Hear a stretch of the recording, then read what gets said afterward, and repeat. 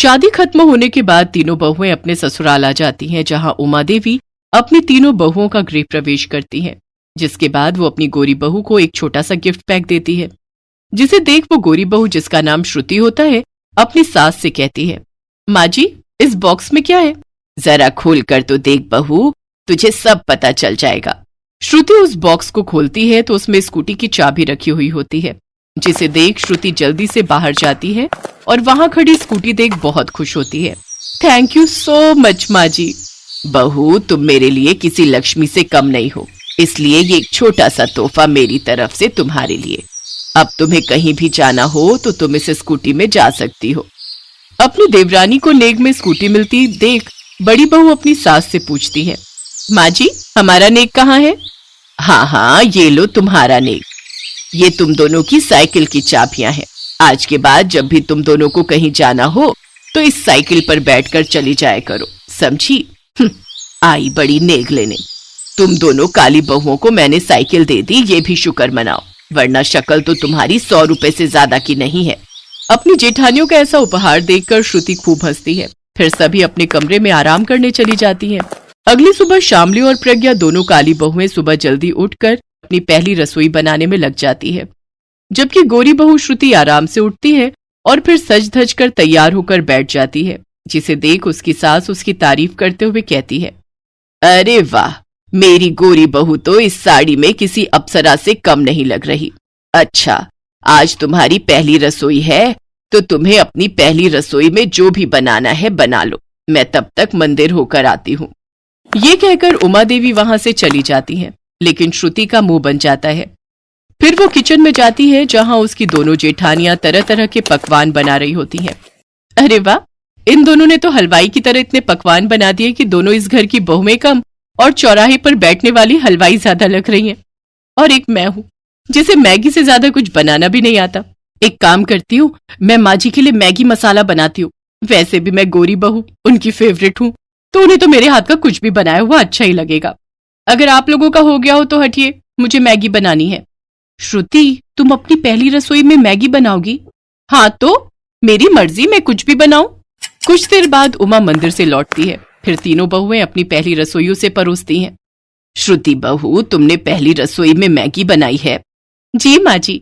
उमा देवी थोड़ी सी Maggi test करती है, लेकिन उसे उसका स्वाद बिल्कुल भी अच्छा नहीं लगता। लेकिन फिर वो उसकी तारीफ करते हुए कहती है, अरे वाह, कितनी स्वादिष्ट मैगी है, मजा ही आ गया। माँ जी, हमारा खाना भी चख कर देखिए, हमने भी बहुत मेहनत से बनाया है। हाँ हाँ, खाती हूँ। तुम दोनों के काले हाथ का खाना खाने का मन तो नहीं करता, लेकिन अब रस्म है तो निभानी ही पड़ेगी। उमा देवी जैसे ही वो खाना अपने मुंह में डालती है तो उसका स्वाद उसे बहुत ही पसंद आता है, लेकिन अपनी बहू के काले रंग की वजह से वो उनकी बिल्कुल भी तारीफ नहीं करती और जानबूझकर गुस्से में कहती है, छी छी छी, क्या खाना बनाया है, ले जाओ इसे मेरे मुंह के आगे से। अच्छा श्रुति बहू, ये लो तुम्हारा नेग, ये सोने की चेन। और शामली प्रज्ञा, तुम दोनों को तो नेग में कुछ देने का मन नहीं कर रहा, लेकिन फिर भी ये लो, 101 रुपए रख लो, तुम्हारी शक्ल के हिसाब से ये सही है। नेग मिलने पर दोनों काली बहुएं अपनी सास के पैर छूती हैं, जबकि श्रुति वो चेन लेकर अपने कमरे में चली जाती है। फिर अगले दिन तीनों बहुओं की मुंह दिखाई का वक्त आता है, जहां गोरी बहू को तो बड़ा और महंगे महंगे गिफ्ट मिलते हैं, लेकिन दोनों काली बहुओं को शगुन में नारियल या कुछ पैसे ही मिलते हैं। ये सब चल ही रहा होता है कि तभी अचानक रसोई में आग लग जाती है और बाहर की तरफ भी फैलने लगती है। सभी भागते हुए घर के बाहर निकल जाते हैं, लेकिन उमा देवी उस वक्त बाथरूम गई होती है। वो जब बाथरूम से बाहर आती है तो आग देखकर जोर जोर से चिल्लाने लगती है, बचाओ बचाओ, कोई मुझे बचाओ। बाहर खड़ी औरतें गोरी बहू से कहती हैं, अरे यहाँ क्या खड़ी हो श्रुति बहू, जाओ अपनी सास को बचाओ, वो तुम्हें कितना मानती है, जाओ जल्दी। नहीं नहीं नहीं नहीं, कहीं उनकी वजह से मेरा मुंह हाथ जल जाए तो। लेकिन दोनों काली बहुओं से ये सब देखा नहीं जाता और वो अंदर चली जाती हैं, जहां धुएं के कारण उमा देवी बेहोश हो गई होती है। वो दोनों जल्दी से उसे अस्पताल लेकर जाती हैं, जहां कुछ देर बाद वो होश में आ जाती है।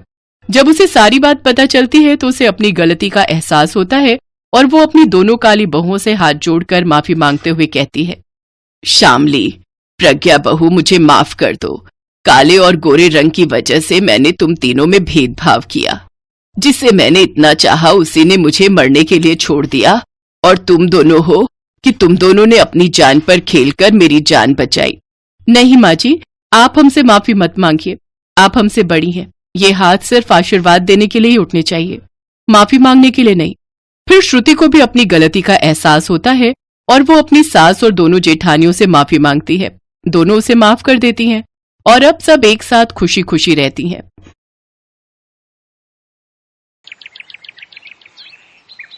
रुद्रपुर शहर में सुनीता अपनी 5 बेटियों के साथ गरीबी की जिंदगी जी रही थी। उसका पति शराबी और जुआरी था जो सारा दिन नशे में चूर रहता था। उसे अपने परिवार की कोई चिंता नहीं थी। सुनीता किसी तरह अपने खेत में सब्जियां उगाकर उन्हें बाजार में बेचा करती थी, जिससे थोड़ी बहुत रोजी रोटी कमा पाती थी। एक रोज जब वो सब्जियां बेचकर घर आती है तो उसकी बड़ी बेटी सलोनी उससे कहती है, माँ आ गई तुम? थक गई होगी ना, चलो हाथ धो लो, मैं खाना लगा देती हूँ। तभी उसका पति मोहन वहां शराब के नशे में चूर होकर आता है और उससे पैसे छीनने की कोशिश करता है। ला इधर दे पैसे, मैं कहता हूँ सारे पैसे इधर ला। एक तो सारा दिन शराब पीकर पड़े रहते हो, अपने परिवार के बारे में जरा भी ख्याल नहीं है तुम्हें। ऊपर से जो मेहनत से पैसे कमाए हैं उन्हें भी छीन लो। चुप कर तू, वो जमीन मेरे बाप की है समझे, जिस पे तू खेती करेगा, सब्जियां उगा रही है समझे, तेरे बाप ने दहेज में नहीं दी। और तू सलोनी और नेहा मेरे साथ चलो, मैं जग्गा के साथ जुए में तुम दोनों को हार गया हूं, इसलिए आज से तुम उसकी संपत्ति हो। चलो चलो मेरे साथ। खबरदार जो मेरी बेटियों को हाथ भी लगाया। अरे कैसे बाप हो अपनी बेटियों को दांव पर लगाए। छी, शर्म आनी चाहिए तुम्हें। मुझे तो तुम्हें इनका बाप कहने में शर्म आ रही है। चले जाओ यहाँ से, तुम्हारा मेरी बेटियों पर कोई हक नहीं है। तू रोकेगी मुझे? है तू रोकेगी मुझे? अभी बताता हूँ मैं तुझे। ये कहकर मोहन सुनीता के बाल पकड़कर उसे मारने लगता है। 5 बेटियां अपनी माँ को छुड़ाने की कोशिश करती हैं कि कुछ देर बाद इसी धक्का मुक्की में मोहन लड़खड़ाकर गिरने लगता है और फिर दीवार से उसका सर टकरा जाता है। सर में चोट लगने के कारण उसकी मौत हो जाती है। ऐसे दुष्ट अत्याचारी इंसान को यही सजा मिलनी चाहिए थी। आज तक अपनी बच्चियों का पेट पालने के लिए 1 रुपया तक नहीं कमाया, उल्टा उन्हें बेचने की बात करता है। अच्छा ही हुआ जो तू हमारी जिंदगी से चला गया। सुनीता को अपने शराबी पति की मौत का जरा भी गम नहीं होता। ऐसे ही कुछ दिन बीत जाते हैं। एक रोज पड़ोस में रहने वाली अनुपमा की बेटी की शादी थी। वो सुनीता को शादी का निमंत्रण देने उसके घर आती है। सुनीता, मेरी बेटी की शादी पक्की हो गई है। एक बड़े घर में रिश्ता हुआ है उसका। ये ले उसकी शादी का कार्ड। तू अपनी 5 बेटियों को लेकर जरूर आना। हाँ अनुपमा बहन, मैं जरूर आऊंगी। अच्छा, वैसे तुम कब कर रही हो अपनी बेटियों की शादी? क्या उन्हें घर पर ही बैठाने का इरादा है? वैसे भी तुम इन 5 की शादी करोगी कैसे? तुम्हारा पति शराबी था, उसने तो कुछ कमाया नहीं, और जो कुछ तुम कमाती हो उससे तो बड़ी मुश्किल से तुम्हारा 2 वक्त का गुजारा निकल पाता होगा। मुझे तो तुम्हारे बारे में सोचते हुए बड़ी ही दया आती है। कैसे हाथ पीले करोगी उन सबके। अनुपमा बहन, अब जो उनकी किस्मत में लिखा होगा वही होगा। सुनीता ऐसा कहकर बात टाल देती है, लेकिन वो अच्छे से जानती थी कि अनुपमा उसे ताने दे रही थी। कुछ समय बीतने के बाद निधि की शादी में सुनीता अपनी 5 बेटियों के साथ पहुंचती है, जहां निधि का ब्राइडल लहंगा देखकर सभी उसके लहंगे की बहुत तारीफ करते हैं। सुनीता की तीसरी बेटी अर्चना भी निधि से कहती है, निधि तुम्हारा ब्राइडल लहंगा कितना सुंदर है। काश कि मुझे भी अपनी शादी पर इतना सुंदर लहंगा पहनने को मिले। अरे ये लहंगा तो मेरे ससुराल वालों ने फॉरेन कंट्री से मंगवाया है, जो कि बहुत ही महंगा है, और तुम जैसी गरीब लड़कियां तो सपने में भी इतना सुंदर लहंगा नहीं देख सकती। निधि, तुम्हें हमारी गरीबी का मजाक उड़ाने का कोई हक नहीं है, समझी? और हम जानते हैं कि हमारी माँ ने हमें कितनी मेहनत से पाल पोस कर बड़ा किया है। वो हमारे लिए जो भी करेंगी वो हमें अच्छा ही लगेगा।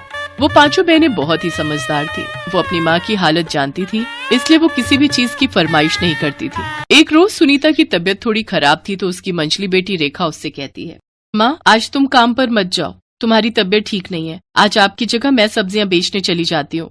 लेकिन बेटी तू कैसे? वो ठीक कह रही है माँ, और मैं घर का सारा काम करूंगी और अर्चना और छोटी आपकी सेवा करेंगी। इस तरह 5 अपना काम बांट लेती हैं। उधर रेखा सब्जियां बेचने चली जाती है, जहां उसके ठेले पर एक औरत उर्मिला आती है और रेखा से कहती है, बेटा मुझे सभी सब्जियां 1-1 किलो बांध दो। अच्छा, वैसे क्या नाम है तुम्हारा? यहाँ नई लगती हो। जी मेरा नाम रेखा है और मैं सुनीता जी की बेटी हूँ। आज माँ की तबीयत खराब थी इसलिए मैं आई हूँ। अच्छा, तुम सुनीता की बेटी हो। तुम्हारी माँ बहुत मेहनती है और तुम भी बहुत सुंदर और गुणी हो। वैसे तुम्हारा घर कहाँ है? मैं सुनीता से मिलकर उसका हाल चाल जानना चाहती हूँ। रेखा उसे अपने घर ले जाती है, जहाँ उर्मिला देखती है कि उसकी 5 बेटियां हैं और पांचों ही बहुत सुंदर हैं। सुनीता, तुम्हारी 5 बेटियां कितनी सुंदर और गुणवान हैं। मुझे अपने 5 बेटों के लिए ऐसी ही लड़कियां चाहिए थी। अगर तुम्हें ऐतराज ना हो तो क्या तुम मेरे बेटों से अपनी बेटियों की शादी करवाओगी? ये तो मेरी बेटियों का सौभाग्य होगा मैडम, लेकिन आप तो जानती हैं मेरी इतनी हैसियत नहीं कि मैं आपसे रिश्ता जोड़ सकूं। उन सब की चिंता तुम मत करो, मैं दहेज के एकदम खिलाफ हूँ। तुम बस अपनी 5 बेटियों को शादी के जोड़े में विदा कर देना, वही मेरे लिए काफी है। सुनीता ये जानकर बहुत खुश थी कि उसके तो मानो भाग ही खुल गए हो, जो एक साथ 5 लड़कियों का रिश्ता खुद चलकर उनके घर आया।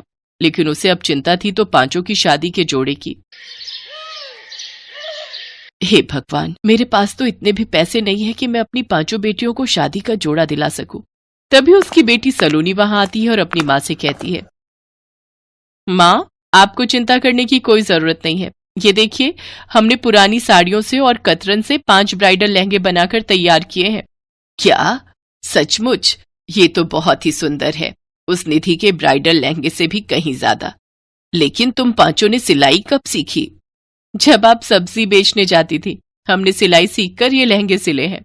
फिर 5 अपनी शादी पर वो ब्राइडल लहंगे पहनती हैं, जिनमें वो 5 बहुत ही खूबसूरत लग रही थी। उन 5 की शादी एक बड़े घर में हो जाती है।